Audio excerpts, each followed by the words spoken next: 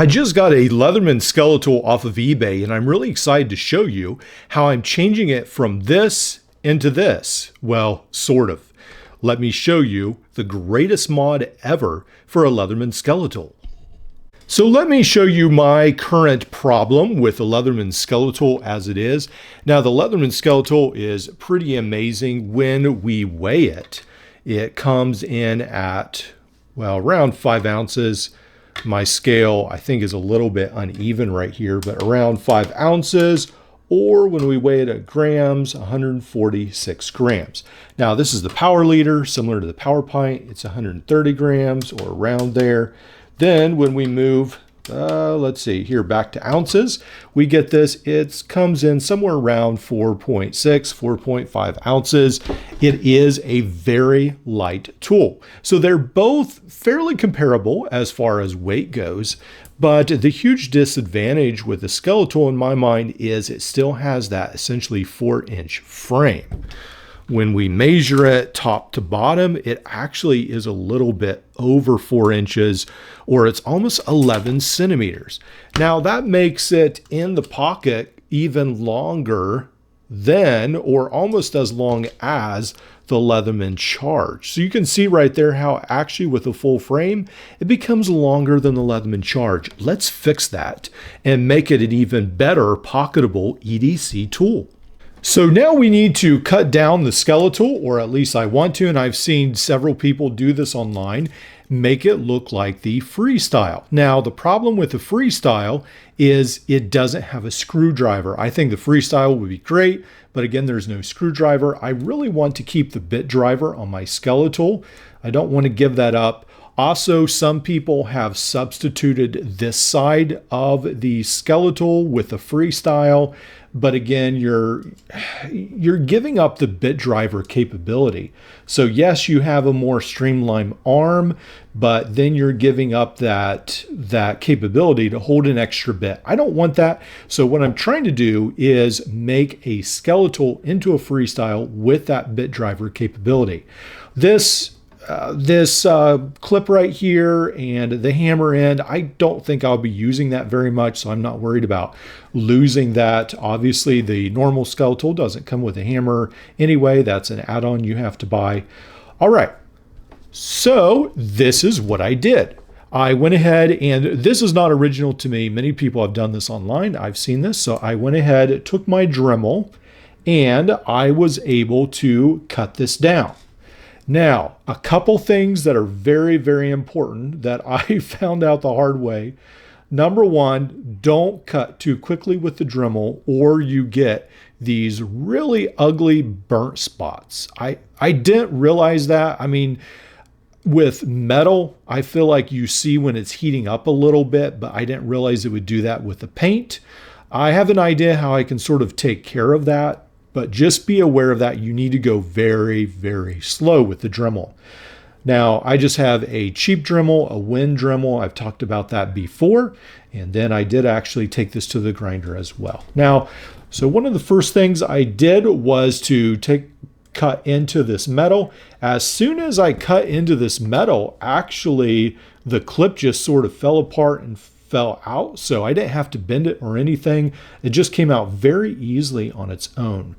Now, the next thing was to figure out where am I going to cut. So I figured out what I needed to do was cut right here at this last spot flush with that. So that's what I did. I actually cut right here where it is flush. And then I went ahead and rounded that too, because I definitely don't want any sharp edges in my pocket. Now on the other side, I really wanted it again to sort of match up to this Freestyle, look a lot more flush. And I thought I could keep this whole metal curve right here. So what I did was I actually cut right here, and then I cut right here as well. And I had this whole long curve, but you'll notice that it goes over the meeting point right there.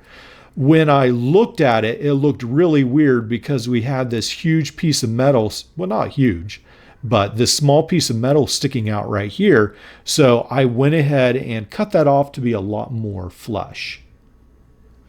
Then I went ahead, trimmed this down on the side a little bit. You can see right there.